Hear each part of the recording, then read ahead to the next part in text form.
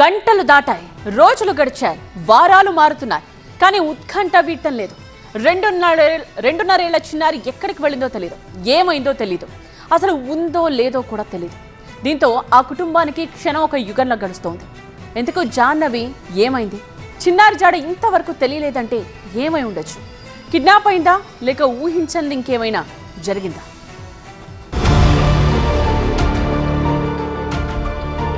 ప్రస్తుతం తునిలో చిన్నారి మిస్సింగ్ ఇంకా కలకలం రేపుతూ ఉంది. క్షణక్షణం ఉత్కంఠ నెలకొంది.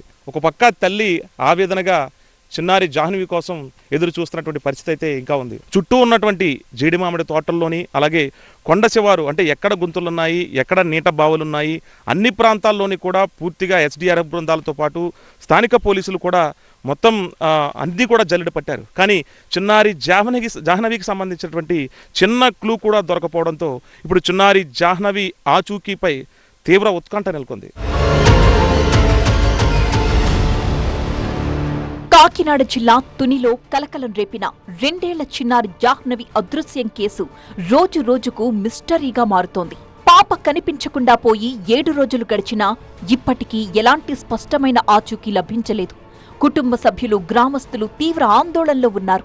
మరోవైపు ఈ కేసులో కీలకంగా మారిన పెంపుడు కుక్కకు జీపీఎస్ ట్రాకర్ అమర్చి తోటల్లోకి వదిలారు పోలీసులు. 2 గంటల పాటు తోట పరిసర ప్రాంతాల్లో తిరిగిన కుక్క చివరికి మళ్లీ ఇంటికే చేరుకోవడంతో ఆశించిన ఆధారాలు లభించలేదు. దొండవాక పంచాయతీ సిహెచ్ అగ్రహారం సమీపంలో ఉన్న 50 ఎకరాల పామాయిల్ తోటకు గణేష్, భవానీ దంపతులు కాపలాదారులుగా పనిచేస్తున్నారు. వారి 2 ఏళ్ల కుమార్తె జాహ్నవి గత శనివారం అడవి వైపు వెళ్లింది. అయితే చిన్నారి ఎంతకు తిరిగి రాకపోవడంతో పోలీసులకు కంప్లైంట్ ఇచ్చారు తల్లిదండ్రులు. దీంతో దాదాపు 200 మంది పోలీస్ సిబ్బంది 500 ఎకరాల అటవీ కొండ ప్రాంతమంతా గాలిస్తున్నారు. జాహ్నవి వెంట వెళ్లిన కుక్క మంగళవారం మధ్యాహ్నం తిరిగొచ్చేసింది. కానీ చిన్నారి ఇప్పటికీ తిరిగి రానేలేదు. దీంతో చిన్నారి కుటుంబ సభ్యులతో పాటు స్థానికుల్లో కూడా ఆందోళన పెరిగిపోతోంది. దీంతో నిజంగానే పాప అడవిలో తప్పిపోయిందా, లేక ఎవరైనా కిడ్నాప్ చేసి ఉంటారా అన్న అనుమానాలు బలపడుతున్నాయి.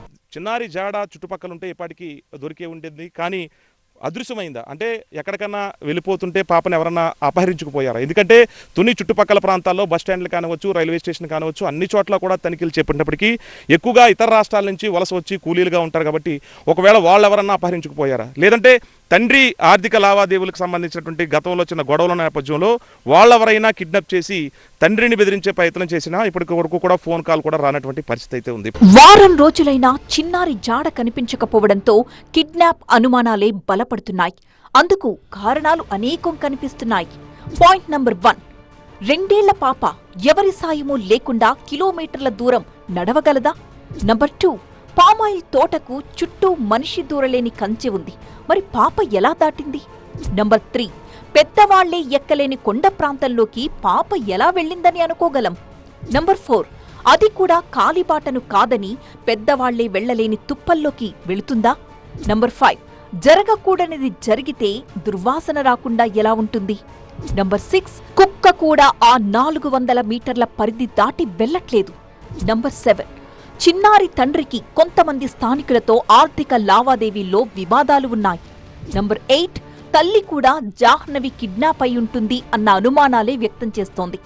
స్థానికులు, బంధువులు సైతం అదే అనుమానాలు వ్యక్తం చేస్తున్నారు. గ్రామంలోని ప్రతి ఇంటిని పరిశీలిస్తే ఆధారాలు లభించే అవకాశం ఉందని చెబుతున్నారు. అనుమానం అంటే ఏం లేదు సార్, పాప అయితే మిస్సింగ్ కేసులోనే అయ్యిందని అనుకుంటున్నాము. ఎక్కడంటే జంతువులు కట్ట ఏం తినే అవకాశం ఏమీ లేదండి. ఎందువల్లంటే మా ఓడు వచ్చి ఇప్పటికి 23 సంవత్సరాలు అవుతుంది సార్. 23 సంవత్సరాలు ఇలాంటి ఇన్సిడెంట్ ఏమీ లేదండి. అలాంటి సడన్గా ఎలా జరిగిందంటే ఎవరైనా తీసుకెళ్ళిపోయారని అనుమానం సార్ మాకు. బట్ ఈ చుట్టుపక్కల ఏరియాలో మొత్తం పోలీస్ డిపార్ట్మెంట్ వారు ఎత్తిస్తారని అనుకుంటున్నాం సార్. కుమార్తె జాహ్నవి కనిపించక ఆ తల్లి భవానీ పడుతున్న బాధ చూస్తే మనస్సు కలుక్కుమంటోంది. బోనులో ఉన్న కుక్క దగ్గరకు వెళ్లి భవానీ మాట్లాడుతున్న మాటలు చూస్తుంటే ఆమె ఎంత నరకాన్ని అనుభవిస్తోందో అర్థం చేసుకోవచ్చు. జాను దగ్గరికి వెళతావా అంటూ కుక్కను పదే పదే అడుగుతోంది ఆ తల్లి భవానీ.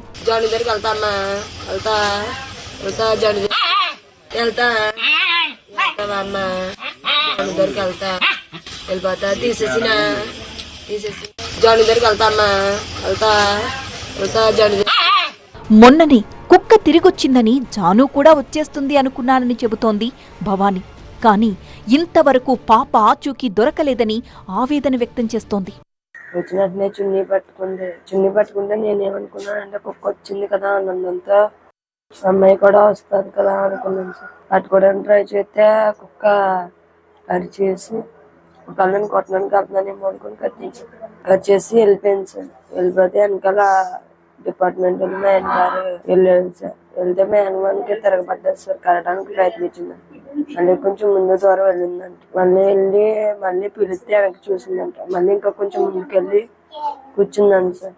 జాహ్నవి కుటుంబం ఉంటున్న పామాయిల్ తోట దొండవాక పంచాయతీ సిహెచ్ అగ్రహారం పరిధిలో ఉంటుంది. ఆ తరువాత నుంచి కొండ ప్రాంతం మొదలవుతుంది.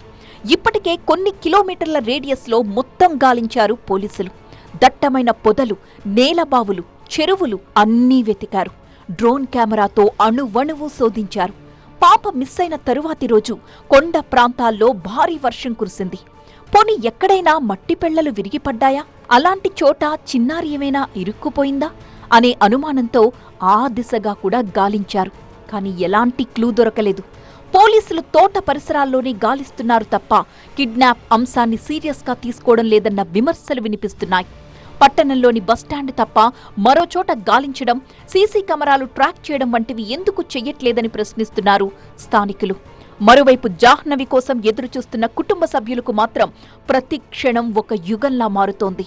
చిన్నారి జాహ్నవి జాడ తెలియకపోవడంతో తల్లి కన్నీటి పర్యంతమవుతుంది. తన కూతుర్ని తనకి తెచ్చివ్వాలి అంటూ కూడా ఆశగా ఎదురు చూస్తున్నటువంటి పరిస్థితి అయితే నిద్రలేని రాత్రులు తల్లి గడుపుతుంది. ప్రస్తుతం ఇది ఇప్పుడు వరకు ఉన్నటువంటి తుని పాప మిస్సింగ్కి సంబంధించిన అప్డేట్. కెమెరా పర్సన్ రసూల్తో కలిసి సత్య టీవీ 9 తుని నుంచి.